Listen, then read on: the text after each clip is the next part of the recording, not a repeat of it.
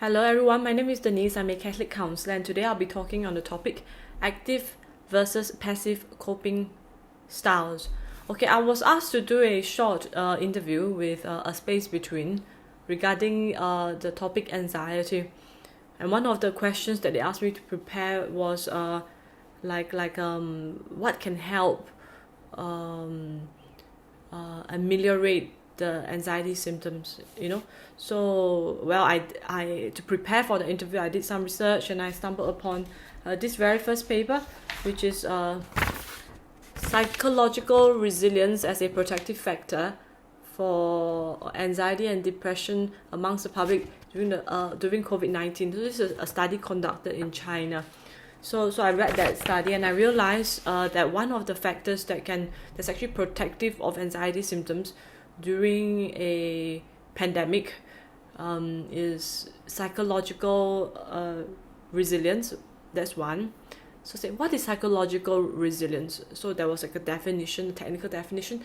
The other thing is active coping styles, which means that you're actively taking action to address the thing that is causing you stress, which in that time, COVID-19 is like a natural experiment. Everybody is being plopped into a situation that's more stressful because there's a virus going around that might kill you. So who actually has an advantage during that period that will protect them from anxiety? Okay, anyway, I did further research and stumbled upon the second paper, which is this one. Active coping and anxiety symptoms during COVID-19 in Spanish adults. So remember the first study in China, this is in Spain, okay? So they actually gave me a very nice list of active versus passive coping styles. So, okay, counseling is a long learning journey. I really thank ASB for asking me to do that research and that short interview, because after doing that, I actually gained more material that has been very helpful in my counseling practice. That's why I'm making this video now, to share it with you guys, to help yourself and also if you're counselors to help your clients. So I'm just going to read out the adaptive or the more active helpful coping styles versus the maladaptive, the more unhelpful ones, okay? And as I read through this list, I will maybe give some examples. Okay, so let's start with the helpful ones. Positive reappraisal. Creating a new meaning of the situation, making something good out of the problem. So one of the people I really admire is this Austrian psychiatrist called Viktor Frankl, who survived the Auschwitz camp. Many times he almost died and was really badly abused. So one of the ways that he coped at that time in the really grueling environment was to employ this. You imagine, like, maybe he was fixing the railroad and they were being really abusive towards him. He'll start to think about himself in a lecture hall, talking and debriefing about his experience at Auschwitz camp and talking about this situation. So it's like almost like some kind of active dissociation, but in the mind he was just imagining that one day I'll be talking about this in a comfortable lecture hall. This is good material. So that is an example of positive reappraisal. Number 2, planning. Efforts for changing the situation based on an analytical, rational and experiential approach to the problem. Next, acceptance. Acceptance of lack of personal control over the situation and acquiescence to its consequences. Tolerating having unmanageable problems. Acceptance. Okay, so we're still under helpful coping, okay? So there are some things that are really out of our control. For example, maybe if you get a cancer diagnosis, it's really out of your control. If you try to imagine you have more control than you actually have, then you're in denial. So in this case, acceptance of lack of personal control over the situation and acquiescence to the consequences, I might have to go for chemotherapy. I might have to do my end of life planning. So it's like, okay, it's out of my control. Maybe I only got a prognosis, 1 year left to live. Then how do I live the best of it? So it's only when you reach the acceptance stage where you can really stop struggling unnecessarily and do what's required. This is very different from like or your child might be a drug addict. You start to see him having weird behaviors at home, and you just immediately say that, oh, that's it, it's out of my control, and I just wipe my hands off it, and I just accept it and commit it to God, you know, that's actually on the other end unhelpful coping, because there are things you can do, you know. You can bring him for counseling, you can sign him up for a 12-step program, you can raise it up with other stakeholders like his school and all that, and form a team to see what you can do about it. But you just sit down and just say, oh, there's nothing I can do. So that is unhelpful. We'll cover more about that later. Next, personal development. Considering the problem as a stimulus and an opportunity for learning and personal growth. Yeah, so sometimes life throws lemons at us. Maybe I don't know, like maybe as a counselor I get some really tough clients, or a new diagnosis that I haven't worked with before. I could think about it like, oh gosh, this is really just shit, it's a shit day. I can think, oh, this is an opportunity for me to learn. If you think about it as an opportunity to learn, read up more on the topic, get supervision, then it becomes a good thing rather than a bad thing. Next, suppression of distracting activities. Effort to stop activities that detract from focusing in understanding and solving the problem. So, a lot of people, including myself, might cope with a stressful situation by distracting ourselves, right? Like, let's say maybe the exam's coming. Instead of studying, I might scroll my phone excessively on social media. But once I detect that I'm doing that, I could stop doing that, or could limit, like, okay, until the exam's over, I only get 1 hour per day to use my phone, to scroll social media. So that means that is suppressing of distracting activities. Okay, 11, coping restrainment, curtail and postponement of any management effort until complete information on the problem is obtained. So coping restrainment, for example, I got a stomach pain. I'm not sure, it could be stomach cancer or could be nothing, just like viral infection. Doctor asked me to go for endoscopy. I start to panic and start to, want to make my end of life planning and all that. Actually, that is bad. Wait for the results of the endoscopy, or if a biopsy is needed, wait for the results of all that. Then you have the permission to panic a little bit before you have the other positive coping. You know what I mean? So that's called coping restrainment. Don't jump and take action until you are very sure that there's a problem. Next, problem solving, deciding and performing a reasoned and direct action to manage the problem. Okay, for example, you realize that you've been drinking more, you might be becoming an alcohol addict. Then, problem solving, firstly, you go and get help. Maybe you go online to see what addiction is and have you really crossed that line. And if you think you have, go and get professional help. Yeah. Next, social support for problem solving. Seeking information, counseling, or help from others to resolve the problem. If I use the alcohol addiction, you can start telling your friends, hey, I've been smoking, or maybe I've been drinking more often. Like, for the last 10 days, 9 of them, I just came back home totally wasted. I need your help. Do you think I'm addicted? If I am, I know your father was addicted. How did he get help to get out of it? Can you tell me more? So that is acknowledging a problem, getting social support. That's very good. Last one, emotional expression, expressing to others one's own emotional reactions generated by the situation. For example, if I go back to the alcohol situation, like, am I alcoholic now? Gosh, I feel quite out of control. I feel a bit repulsed by myself, and I feel a bit in denial.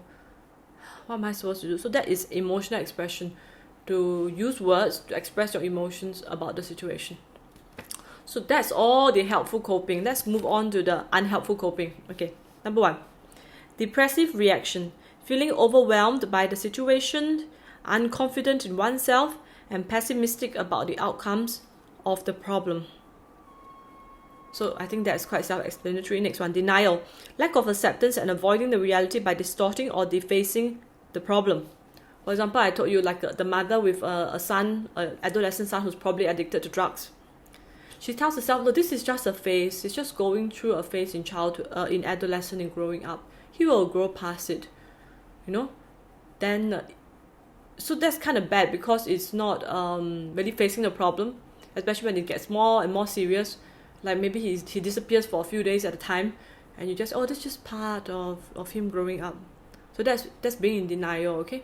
And it's really bad because it prevents you from going to problem solving mode. Number 3, cognitive disconnection, using distracting thinking to avoid focusing on the problems. Or exam is coming, then maybe I'm very interested in painting, then I just keep painting and painting and painting instead of focusing on the problem. That's distracting. Cognitive disconnection. So painting, right, requires a lot of mindful action. When used correctly, it's very good. Let's say if you are overly worried and you can't shut down your brain, you're a bit obsessive, the painting is very good. But if, let's say, I use painting as a way to just shut off my focusing on the problem and solving it, then it's better. Next, emotional concealment, effort for covering up personal emotions to others. Remember, the last of the positive coping strategies is to tell people how you feel about the problem. Emotional concealment is like, maybe I discover a breast lump, I'm damn scared that I'm deathly afraid of having breast cancer. But then I just try to be super happy and super upbeat instead of telling people that actually I'm feeling very worried these days, or I'm feeling exhausted from my worry. Outside, I just put in extra effort to conceal it, so that's bad. Next, emotional distancing, cognitive efforts for suppressing the emotional outcomes generated by the situation. Okay, self-explanatory. Coping suppression, stopping courses of action, fearing that any effort can make things worse, estimating the problem as unsolvable. So that's similar to the first one, right? This problem is unsolvable. Let's go back to the example of the mother with the child, the adolescent child that might be spiraling into addiction. She tells herself, if I try to stop it, the more he will do.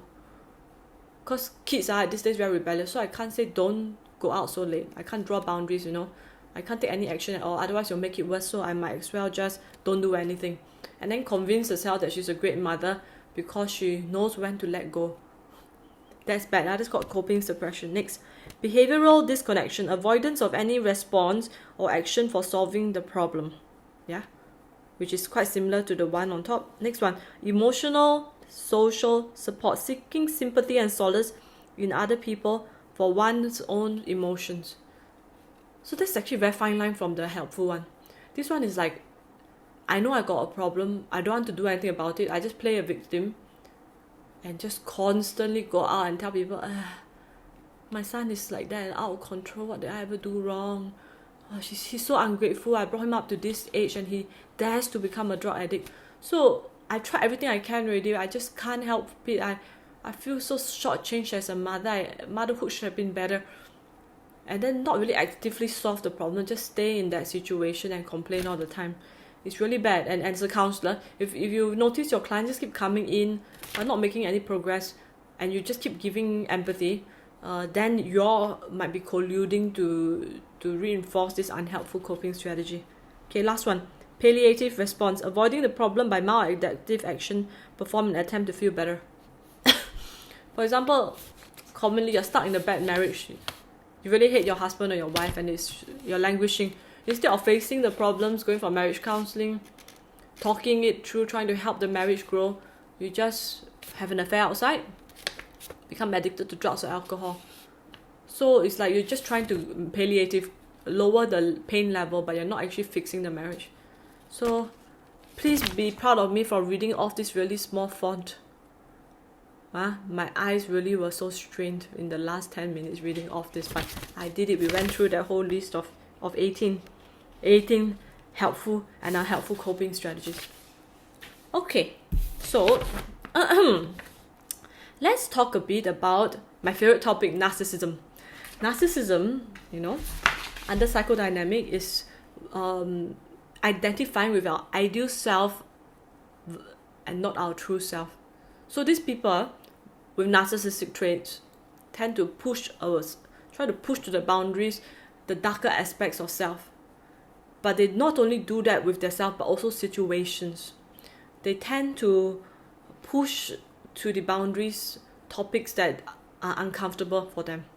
Maybe topics like mortality, like death, like aging, like difficult topics. So these people tend to also fall into the unhelpful coping. always in denial of the problem and refuse to think about the problem or take actions to solve the problem. Or if they finally acknowledge there's a problem, like maybe they got 2 children, one of them is a golden child, the other one is a scapegoat, right? So the scapegoat, they'll just use that scapegoat as a way to get attention. Like, I'm suffering so much from my dysfunctional elder daughter, and I just complain about it, like you see, all my attempts to fix problems not working. I'm such a great mother, she's such a sucky daughter. Just keep complaining about it to boost their own ego, and also to feel like see, I'm still a great mother even though she's a bad daughter. She's just the problem, not me. So this habit of pushing the darker attributes of self to the boundaries and the darker attributes of the situation to the boundaries cause the person to get trapped in a very Pollyannish childlike naivete. So the general energy you get from a narcissist is a very childlike innocence, but not the true childlike innocence that you hope to get at the end of long of wisdom, right? Like great wisdom is to return to a childlike innocence. No, it is the kind of innocence and the sweet, sickly sweet naivete that you get at the start of the journey for a person that is really unformed. So see that at the beginning and start it's very similar, but it's also worlds apart. And so for this type of psychopathology, they tend to push aside their own aging, their own mortality to the rims of their awareness. They don't want to think about it. So if I think about, let's think about, consider words of Blaise Pascal, a Catholic philosopher. Also, I think he's a mathematician, physicist, a brilliant man. He says that so much of our lives are spent on diversions. We ignore the elephant in the room. Big topics like what happens after death? Is there life after death? What about our own mortality, our own limitations? Instead of thinking about such big topics, people who are narcissistic or people with negative coping tend to think that, well, it's beyond me, and it's too deep a topic, so I'm just not gonna think about it. Let me do something to soothe myself and distract myself so I don't have to think about the elephant in the room. And as a result, they could be 60, 70 years old, but they haven't actually spent time thinking about that topic, and hence it becomes, it's on the undercurrent, undergirding all that they do, fueling the anxiety underneath and causing them to be more vulnerable to, let's say COVID-19 comes, and then they will have more anxiety symptoms, right? Because they're actually not ready to grow old, not ready to get sick, not ready to die, because they have not dealt with these issues. So on a more social scale, you get these people also, remember I told you they like purity, they like to push darkness and anything that's uncomfortable to the rims of their consciousness as far as they can.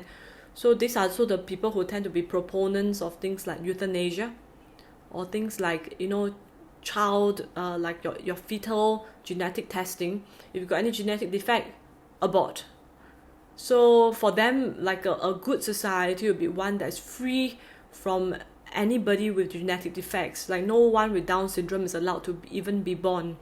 And elderly who have reached like a decline, very compromised quality of life needs to be euthanized so that they don't become a burden to society. So everything is beautiful and cute and perfect and looks so pretty, right? So the solution to the elderly, aging or infirm is just get rid of all of them. So now everything looks so pristine and clean and perfect. But you think about the immense cruelty, right? Who ever told you that a person with Down syndrome should not have a right to even exist, or an elderly in his 80s or 90s has no purpose? What if that is the greatest purpose of his life, to be kept at home, or in the worst case scenario in nursing home, but still praying for the salvation of the world? using his own end of life suffering as a redemptive suffering. So, okay, I know this is a bit like, what the hell is Dennis talking about? Okay, a lot of it comes from this book, the Catholic Catechism of the Catholic Church. A lot of the Catholic social teaching that I'm saying comes from here. And it also guides our treatment of and ethics relating to how do you treat a person, an elderly person who is starting to lose his mental capacities. Do you euthanize them? Is it actually allowed? Okay, I'll give you a spoiler. Under the Catholic social teaching, no, it's not allowed. Is it right to abort a child just because he got a genetic defect? Also not allowed. In fact, we believe that if the parents still welcome this child to this world and take care of the child, it redounds to the parent's spiritual growth, and the child himself has his own pathway to live, even if so-called the quality of life isn't going to be as perfect, as great as a person who does not have that genetic defect. So am I saying that all genetic testing is bad? You could still go for the genetic test just to prepare yourself. Let's say if your child's going to have Down syndrome, yes, you're pregnant, right? Okay, you can prepare yourself to receive that child in the world, but don't go for the genetic testing so that you get the information, then you can abort for the child. I think then it will be unethical. Okay, so this video is dragging on really long, so I'm going to try to close it. Let's talk about some possible interventions. I think even for me right now, there are some areas that I just don't want to look at, that might be too emotionally intense for me to look at by myself. I'm too scared. So one possible intervention is to list out the things and topics or tasks that we've been avoiding, and get professional help, so that you and your counselor, you and your psychologist, or you and your good friend or your husband or your wife could sit down together and face that difficult topic. And think about baby steps. You don't have to grow immense fortitude and prudence in one day, but think about baby steps, small little things that you can do. For example, maybe you're afraid of your own mortality. And maybe you have no religious affiliations as yet. So the baby step could be like this Christmas, you go for one Christmas mass with a fellow Catholic friend. Not to ask you to immediately join RCIA and become a Catholic, but just going for one mass, or maybe typing in Bible Gateway or just on the Google a few great Bible verses and just pondering over them. That could be the first baby steps, that it doesn't become so overwhelming. And next also, I wrote on my paper, connect back to religion. Doesn't have to be the Catholic faith, although I would think that's the religion par excellence. Okay, but that's my own opinion. Any connection to spirituality tend to give you a mental resilience, a backbone that is strong enough to face your problems. Remember, I told you the narcissists tend to be on this early Pollyannish, childlike naivete spectrum. So one of the reasons why they cannot face death, face aging and deterioration is because they lack a backbone. So to grow that backbone, or to strengthen the adult, one way is to get religious backing. Being backed by a strong religious wisdom figure, having in your own psyche someone like Jesus, like Mother Mary, like God, can really give you that backbone that you need to face your life's problems and to engage in more active coping styles. Okay, this has been quite a long and heavy video, and I hope you've enjoyed it, and hope you enjoy my new shelf. I just put up this IKEA bamboo photo ledge. Those are actually my paintings that I painted this golden tulip. This one is a combined effort by my son, my mom, and my dad. The rest are from IKEA. And this kangaroo is from my mom, gave to my son. And that's a real candle actually. So hope you enjoyed this new bedroom upgrade. I really enjoyed putting it up, and I'll also be displaying more art moving forward. Thank you so much, everyone. Have a blessed Christmas, and God bless.